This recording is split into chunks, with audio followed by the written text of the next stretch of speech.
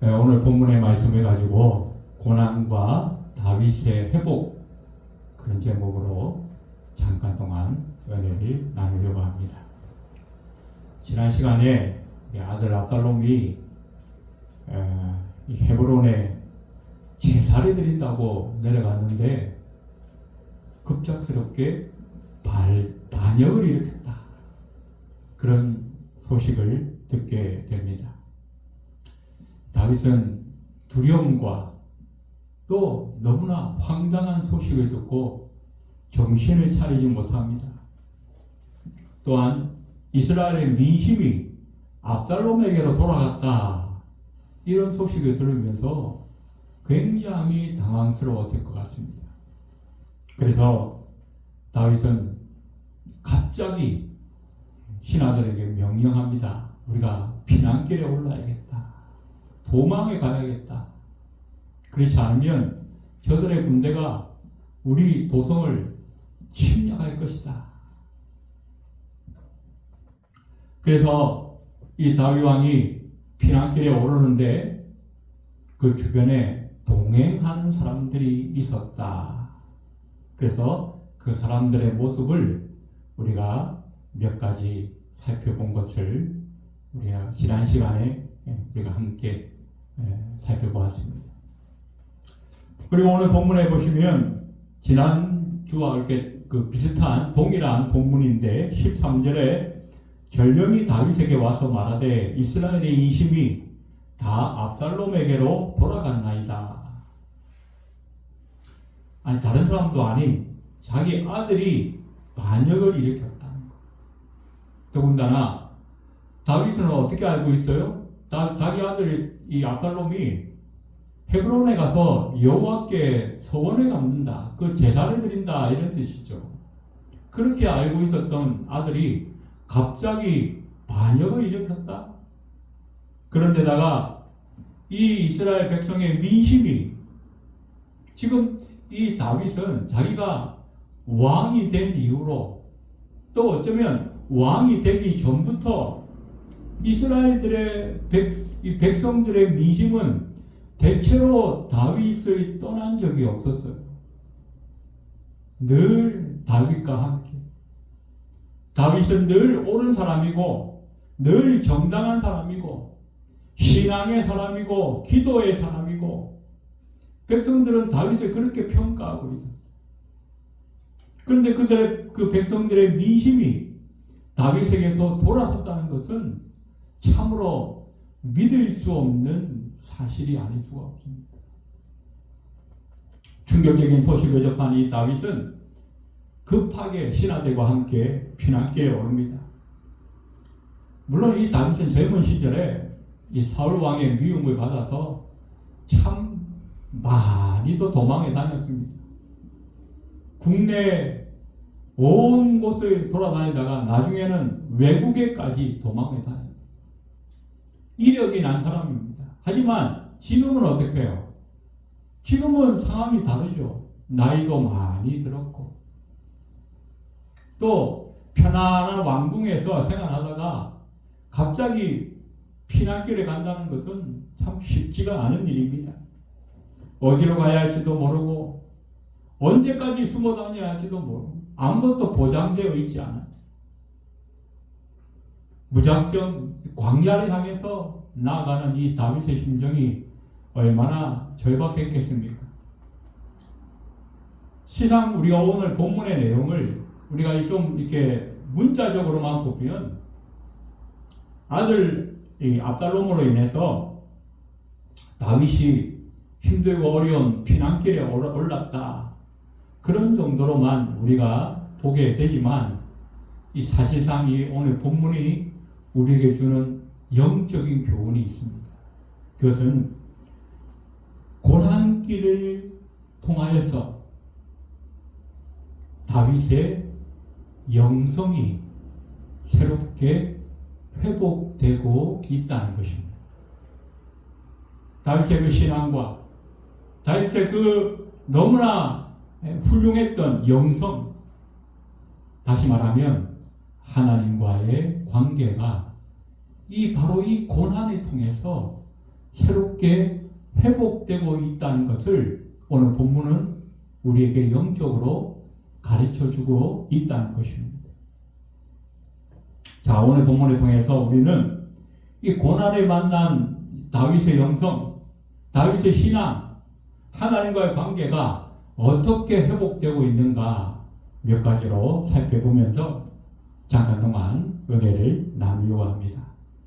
자, 다윗이 어떻게 회복되고 있는가? 첫 번째는 하나님의 징계를 순순히 받아들인다는 것입니다. 오늘 14절에 보니까 다윗이 예루살렘에 함께 있는 그의 모든 신하들에게 이르되 일어나 도망하자. 그렇지 아니하면 우리 중 한 사람도 압살롬에게서 피하지 못하리라. 빨리 가자. 두렵건대 그가 우리를 급히 따라와 우리를 해하고 칼날로 성읍을 칠까 하노라. 압살롬이 반역을 일으켰다는 소식을 듣자마자 다윗은 곧장 피난길에 오릅니다. 그러면서 이 압살롬의 그 군대에 대해서 두려움을 표명하고 있습니다. 자, 아무리 백성들이 그 민심이 돌아섰다 할지라도 또 이 압살롬이 아주 치밀하게 오랫동안 반역을 준비했다 할지라도 오늘 이 다윗의 모습은 전혀 우리가 평소에 보았던 그런 다윗의 모습과는 좀 차이가 나는 것 같습니다.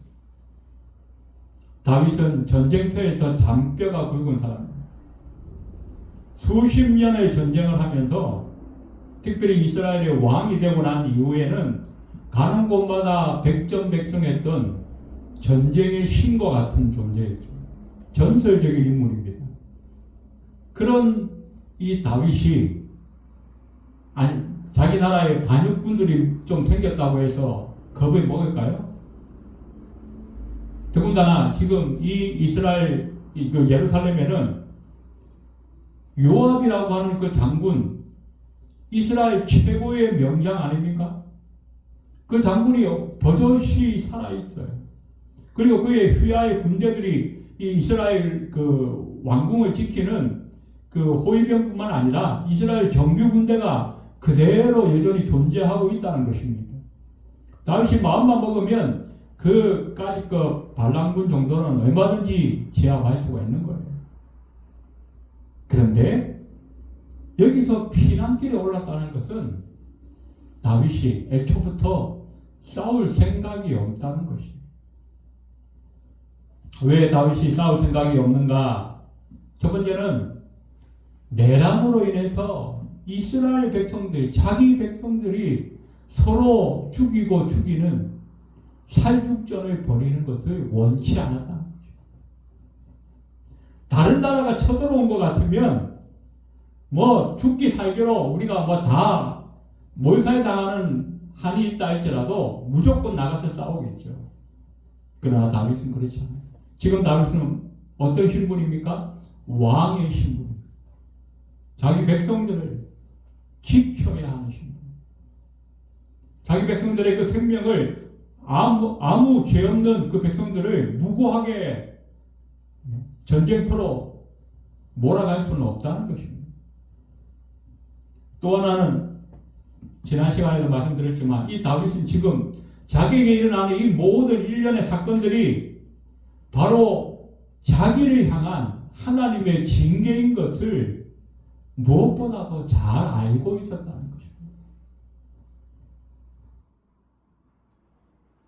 암논이 다말을 강간한 것도, 또 압살롬이 이 암논을 죽인 것도, 그리고 오늘 이 압살롬이 반역을 일으킨 이 모든 사건들이 결국 누구 때문에? 자기가 저지른 그 밧세바 사건 때문에 일어났다는 것. 그로 인한 징계라고 하는 것을 다윗은 너무나 잘 알고 있었습니다. 그래서 피난길에 가는 동안에 무슨 일을 만난다 할지라도 설령 생명의 위협을 당하는 그런 어려운 지경에 빠진다 할지라도 모든 것을 어떻게 해요? 주님께 의탁하겠습니다. 내가 죽으면 죽고 살면 살고 고생하면 고생하고 조롱당하면 조롱당하고 모든 것을 주께 맡기겠습니다. 그런 각오로 피난길에 올랐다는 것입니다. 그래서 어떻게 해요? 이 고난의 길이 오히려 다윗으로 하여금 하나님을 향하여 새롭게 눈뜨게 하는, 회복하게 하는 좋은 기회가 되어졌다는 것을 성경은 우리에게 가르쳐 주고 있습니다. 두 번째로 다윗이 어떻게 변화되었는가?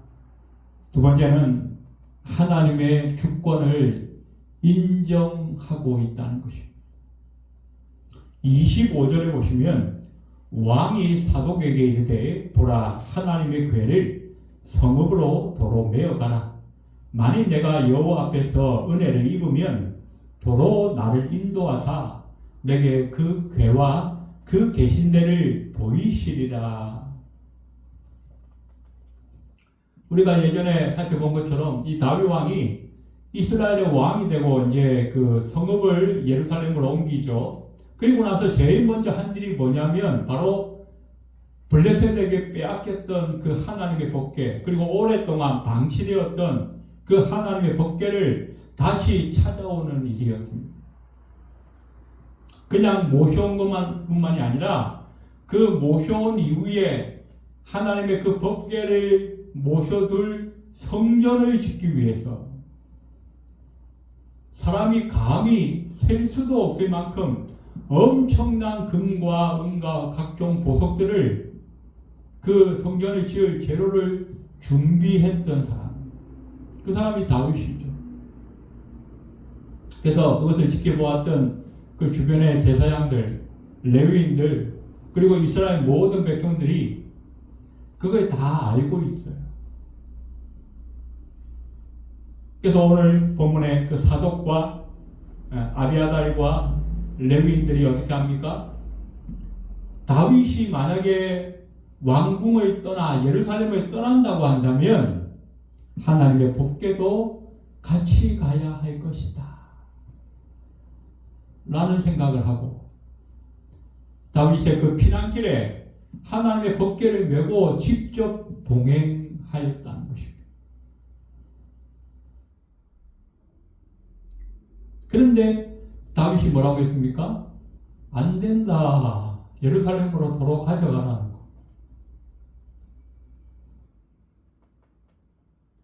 어쩌면 이 일은 반역자인 그 압살롬이 너무나도 원했던 일인지 모르겠습니다.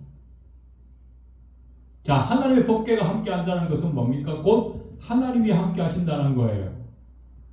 그래서 이 하나님의 법궤가 나와 함께 한다는 것은 하나님이 나와 함께 하는 것이다. 그러면 모든 이스라엘 백성들에게 이만큼 그 백성들의 마음을 환심을 사기에 적절한 조건이 없다는 것입니다. 그래서 아마 압살롬은 그걸 아마 간절히 원했을 거예요. 하지만 아비아달과 사독과 레위인들은 다윗의 편에 섰습니다. 자, 그러면 다윗도 마찬가지겠죠. 다윗도 어떻게 해요? 하나님의 법궤가 자기와 함께 한다는 것은 하나님이 나와 함께 한다는 것이고, 그것은 뭐예요? 내가 유일무이한 이 이스라엘의 왕이라고 하는 것을 백성들에게 확실하게 보여줌으로 인해서 이미 돌아섰던 백성들의 민심도 다시 찾아올 수 있는 너무나 좋은 기회가 되는 것이죠. 그런데 다윗은 어떻게 해요? 그렇게 하지 않았어요. 다윗은 자기의 안정과 자기의 유익보다도 하나님의 법궤가 안전해야 된다라고 생각했습니다. 또 예전에 자기의 조상들이 그렇게 생각했던 것처럼 마치 전쟁의 승리를 가져다 주는 무슨 부적이나 수호신처럼 여겨서는 안 된다는 생각을 다윗은 확실하게 하고 있었다는 것입니다. 내 필요에 따라서 나의 유익을 위해서 하나님의 법궤를 이리저리 끌고 다니면 안 된다는 거예요. 내가 아무리 급한 상황이라 할지라도.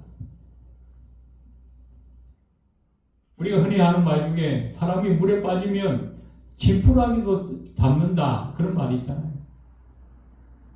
그러나 다윗은 생명의 위협을 당할 수도 있는 너무나 절박하고 너무나 급작스러운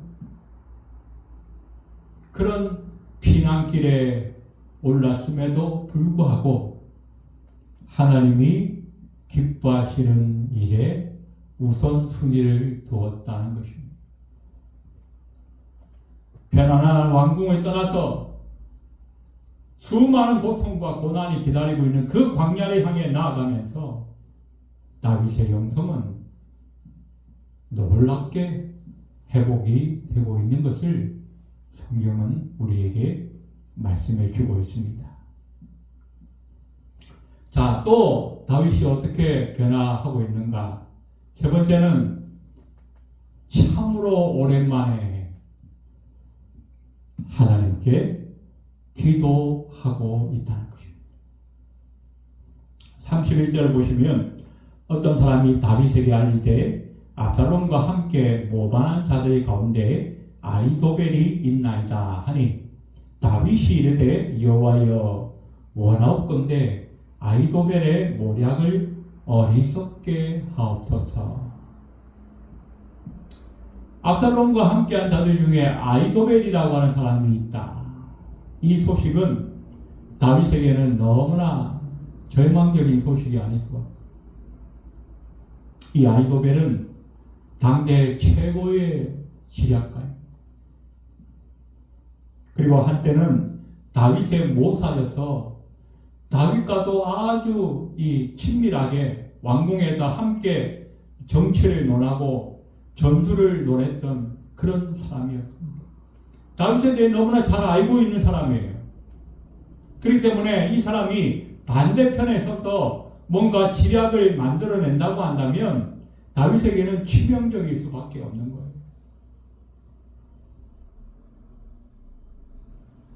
그래서 이 다윗의 입장에서 본다면 압살롬과 함께한 모든 그 백성들, 모든 군사들의 그 힘보다도 이 아히도벨 한 사람의 지략이 더 무서운 대상이 될 수 있다는 것입니다. 자, 이렇게 적기에는 군사도 있고 백성들의 민심도 있고 참으로 최고의 지략가도 함께. 그러나 이 다윗 편에는 가진 것이 없어요. 군사도 무기도 특별한 전략가도 없어요.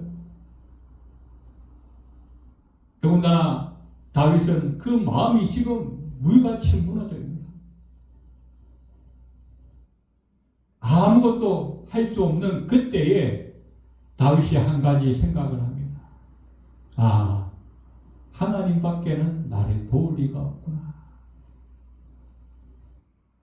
하나님 밖에는. 그래서 급하게 또 짧게 하지만 너무나 간절하게 하나님을 향하여 기도합니다. 여호와여 원하옵건대 아히도벨의 모략을 어리석게 하옵소서. 우리 하나님은 지혜로운 자의 지혜를 무력하게 돌아가게 하시는 분.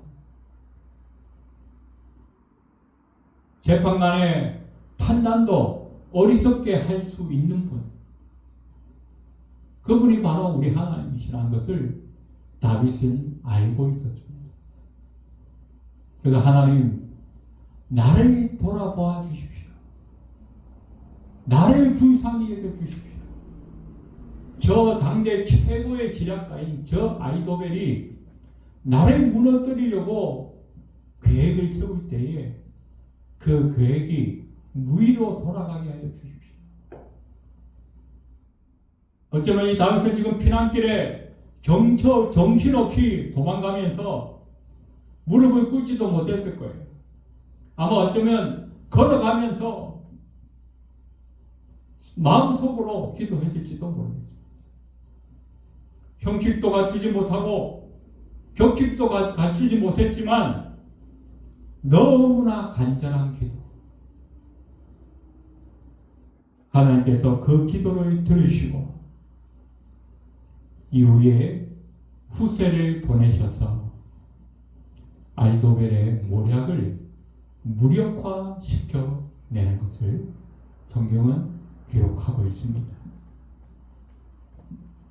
황망하고 경화 없는 그 피난길에서 다윗은 비로소 하나님을 찾고 하나님께 기도합니다. 마치 오래전 그 아둘람 동굴에서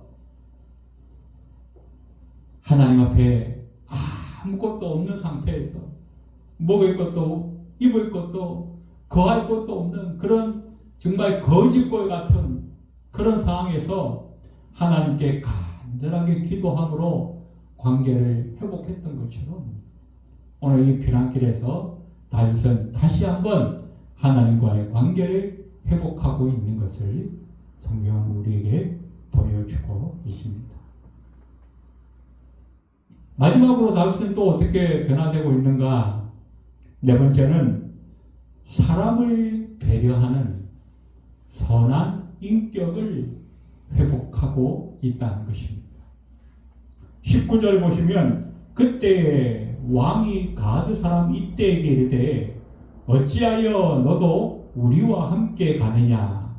너는 쫓겨난 나그네이니 돌아가서 왕과 함께 네 곳에 있으라.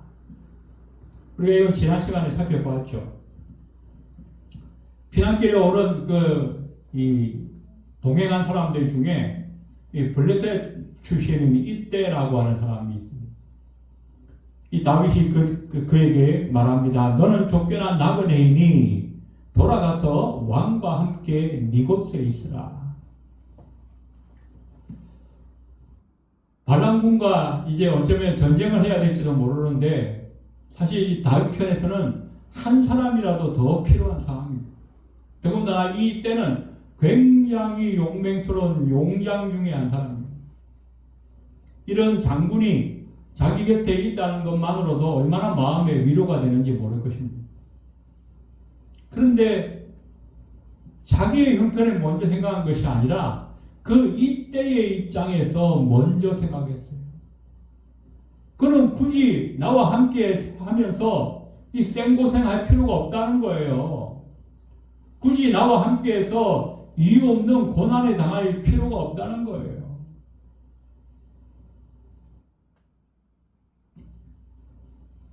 이것이 바로 뭐예요? 우리가 아는 다윗의 모습이죠. 이것이 바로 밧세바 사건이 있기 전에 우리가 잘 알고 있던 다윗의 모습이라는 것입니다. 우리가 그동안 성경을 통해서 알고 있던 이 다윗의 모습, 그 중에 그 다윗의 최고의 장점 중에 하나가 뭡니까? 주변 사람을 늘 배려하고 이해하고 포용하는 그 다윗의 모습이었죠.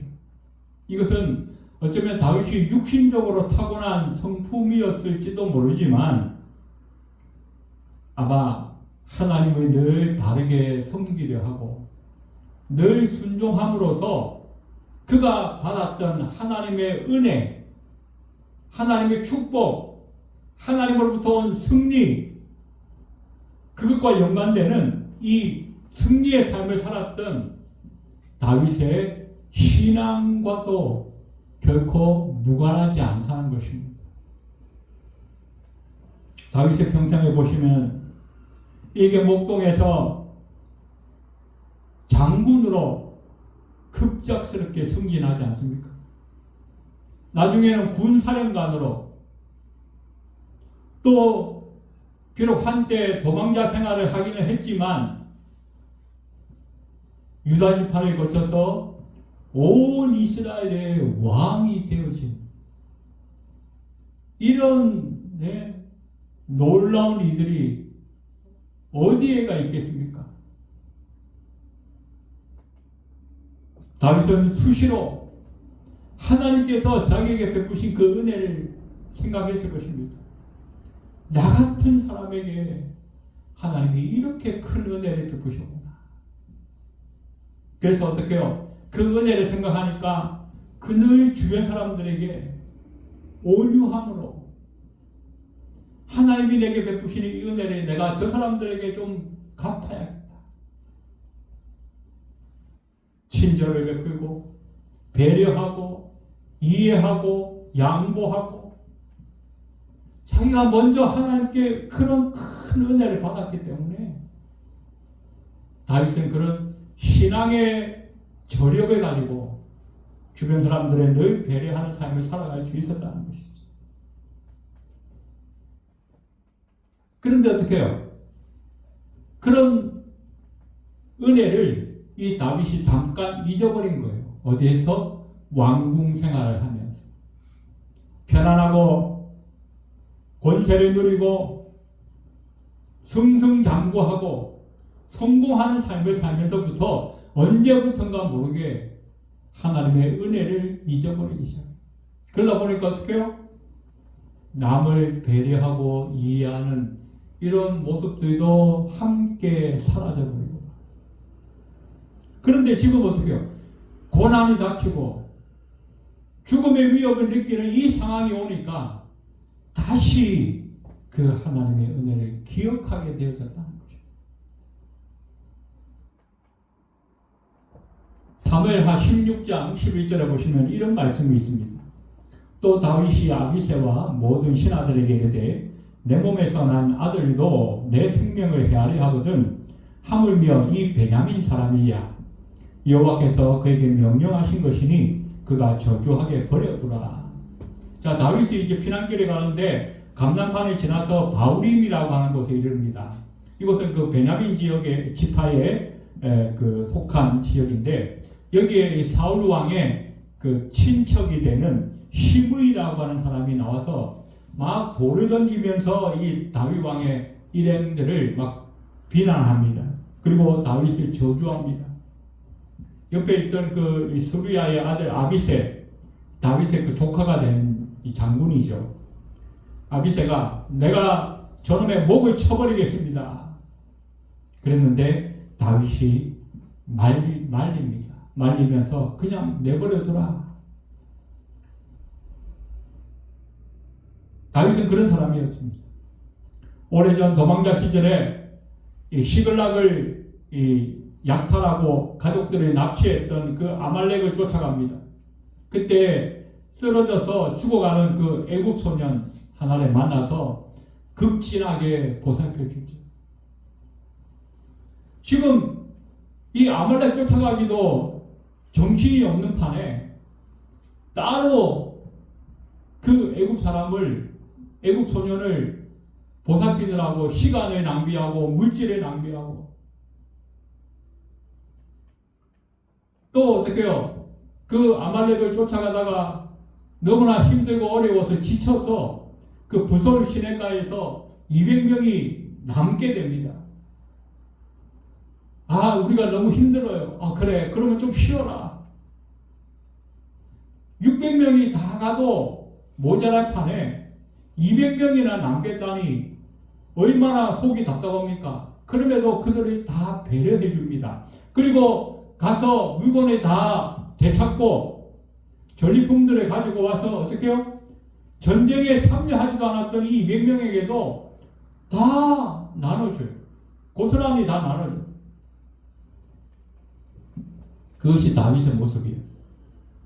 또 우리가 너무나 잘 아는 두 번이나 사울을 죽일 그 기회가 있었음에도 불구하고 그 원수 같은 사울을 번번이 살려줘. 이것이 우리가 아는 다윗의 모습이었어요.